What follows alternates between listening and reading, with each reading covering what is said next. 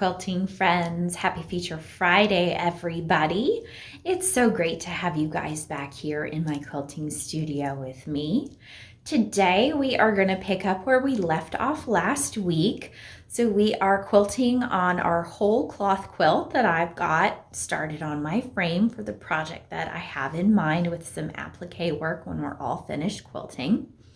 Last week we put sunflowers in our cornerstones. So this week I want to fill in the top border and then I'll eventually work down the sides. So I've got a pattern in mind for this. So I'm going to turn you guys around and we are going to look at that and get started. So here we are with the quilt top or the whole cloth quilt that we're working with. You can see we've got our sunflower here and another one down here in this corner, but we've got this whole space up here, our top border, that we need to fill in. So I am going to start out by marking a layout box for this whole top border area, and then we'll fill it in with a design. On my robotic screen, you can see that I've got an orange box. That is my safe area that I marked when I turned my robotic system on. And we are currently in our layout screen here as indicated on the left. And we are going to move over to the right side of our display and hit our plus sign so we can add a new layout box. I've got my instructions to set the first point in my pattern box on the bottom of my display, and I am going to move my machine over to the top left-hand corner of my border area that I've got marked out here with my straight line stitching that I did with my channel locks. I'm going to hover my needle over that top left corner, and I am going to hit the plus sign at the bottom of my screen. My instructions have changed to tell me to set the next point in my pattern box, and I am going to bring my machine down to the bottom left corner of my border area and hit my plus sign again. Now I am going to move my machine all the way over to the bottom right corner of my border area. Hover that needle over that corner and hit my plus sign. And as you can see on the screen, it is marking out my corners and drawing that box for me. So I am going to move up to the top right-hand corner of my border area. And now that I've got my fourth corner here, I am going to hit my check mark instead of my plus sign to complete that box. Now that I've done that, you can see that I've got a long and skinny pattern box available for me now on my screen, and that represents my border. The next step, I'm going to come over here to the left-hand side of my display and move up to my pattern feature. So I'm going to highlight my patterns, and you can see that I've got all of my patterns available for me to scroll through and choose something. But if you remember a couple weeks ago, I actually imported some designs that I thought I might want to use on this quilt. So we're going to find those. And I imported them under a tag called scissor quilt because that's what I named this particular quilt design. So I'm going to go to my tag list here and scroll through and find my tag scissor quilt. And right here it is. So if I touch on scissor quilt, well, I got to get on top of it. Scissor quilt. My tag comes up here, and here are the designs that I loaded for this quilt. You can see the little sunflower here that I put in those cornerstones, and the design I want to use is this little swirl with the pearls in it. So I'm going to go ahead and highlight that, and I'm going to hit the check mark to add that into my layout box. And there's my design, and it is very tiny compared to my border. So we've got some editing to do. When you add a pattern into your pattern box, it automatically shifts up to edit, assuming that you've got a little bit of work to do, and we sure have a little bit of work to do. We need to resize or rescale this design to make it a little bit bigger to work within the space that I've got. So we're going to come over here to the right-hand side of our display, and we're going to use our scale feature, which is the little square that's got an arrow coming out of the top right corner and the bottom left corner. So we're going to highlight that, and when it's highlighted, you have all of your scaling options. And everybody likes to scale different because you've got options for you. You have your plus and minus, both vertically and horizontally. You can use your slider bars, both vertically and horizontally.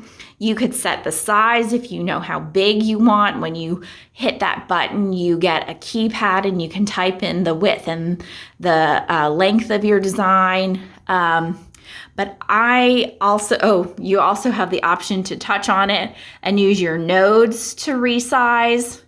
So you could drag your blue nodes and change the size of your design. But I'm actually going to use my auto scale feature along with my lock feature. So I've got those available on my robotics. Now the locking feature is going to lock the proportions of the design.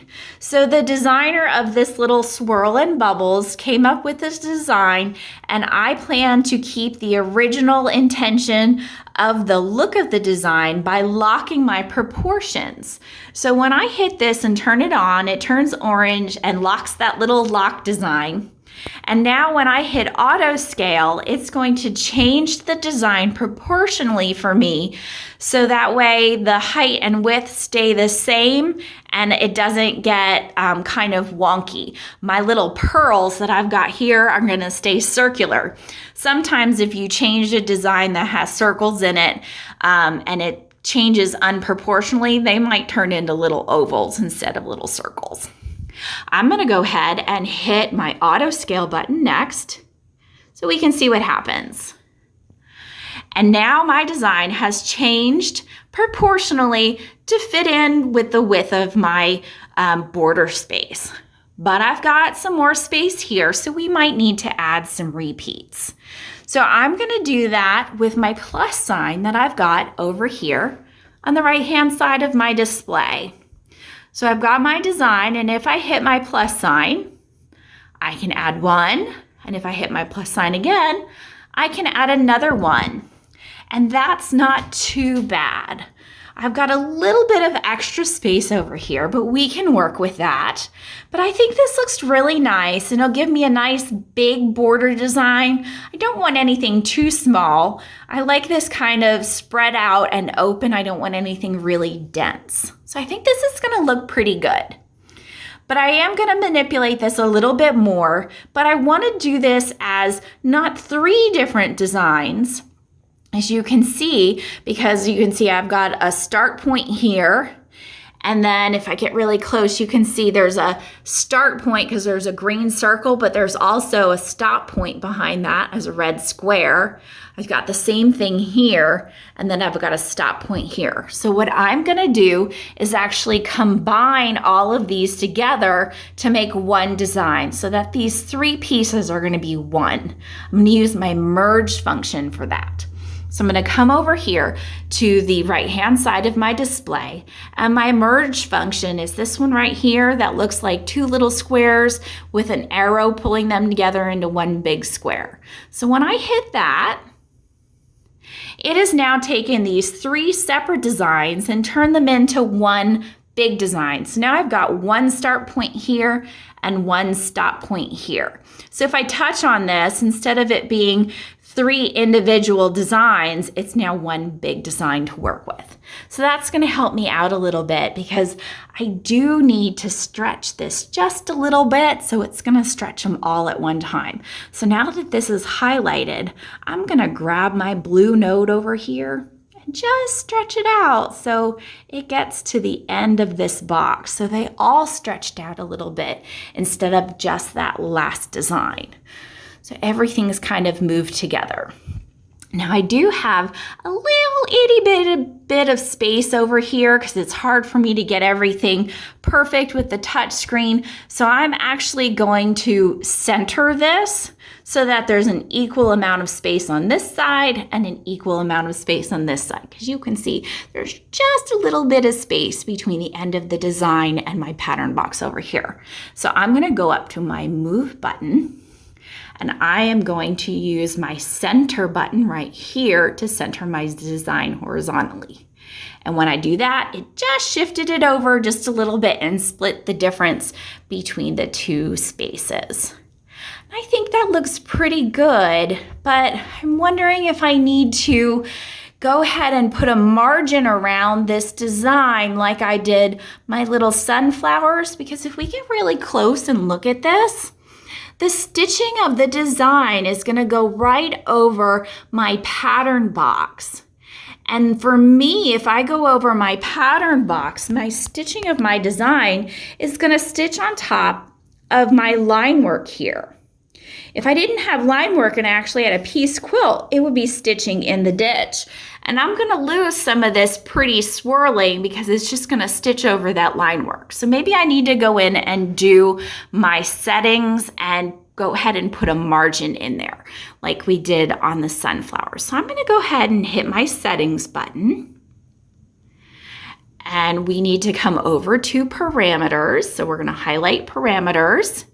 And we're going to come down to margins and go ahead and open up our little white box for our margins and hit on our keypad. I'm going to put 0.05. Oops, sorry, I don't have you guys center.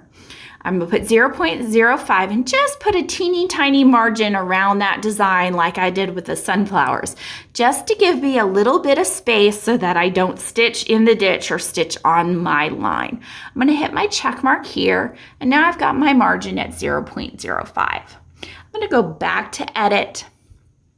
I'm going to go back to my scale feature. I'm just going to hit auto scale real quick, and I've got my line work now. You have to kind of zoom in to see, I'm going to get real close here, that I've got my black line and my orange line and they're not quite on top of each other. I do have to recenter, so I'm going to go ahead and hit my move and recenter. And now I'm kind of centered in the middle, so I think that looks pretty good. If I hit this, I want to show you guys that my margin showed up. So I'm going to go ahead and just zoom in a little bit with my zoom button here. And you can see now I've got a teeny tiny space in between the black line that outlines my design and my orange line that represents my pattern box. So I have that little tiny margin where it's not going to end up stitching on my line work or stitching in the ditch if I had it in the ditch. I'm going to go ahead and back out so we can see the whole thing now. And I think I am ready to stitch this out. I'm going to go ahead and go to my home button, because we're ready to stitch out. I'm going to engage my needle. Remember, if you don't engage your needle and you hit the go button, it's just going to trace your design. It's not actually going to stitch. So always make sure your needle's engaged when you're ready to stitch. I'm going to hit my green start button, and it's going to tell me that my machine's going to move to the start of my pattern, which is my little green dot over here. So my machine's going to slide all the way across my quilt top.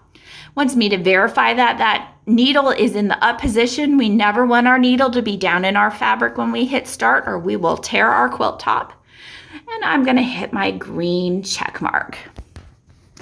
We're going to take a second to think, and we are moving across our quilt. And it's going to come all the way over to the beginning of my border over here. I'm going to grab my little thread. And we are taking our first stitch to pull up our bobbin thread. I'm going to grab that. And I'm going to hit the start button in 1 second, then I'm going to hit pause for you guys so you don't have to listen to this, and then we'll come back when it's all stitched out so you can see it. All right, so that is finished being stitched out. I think that turned out really nice for a border, a big border across my quilt. I'm really happy with that. So from this point, I guess it's time for me to roll my quilt and start down the sides and really plan out what I'm going to do in the center. Thank you guys so much for joining me today. As you can see, sometimes you get a design and you really have to work with it to turn it into what you want. Don't be scared to use all those editing features. Sometimes you have to rescale a couple times.